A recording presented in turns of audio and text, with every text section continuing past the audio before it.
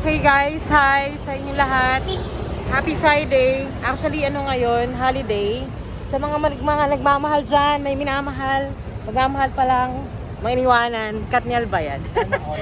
Ayun, trending, diba? Pero anyway, ayun, kasama ko isang rider. Ayan si Kuya, Move It. So Kuya, Merry Christmas. Kamusta naman ang Christmas natin? Medyo okay. Okay, saan ka mag-celebrate ng Christmas, Kuya? Dito lang din. Sa bahay lang. Sa bahay ka lang? Sama ang partner.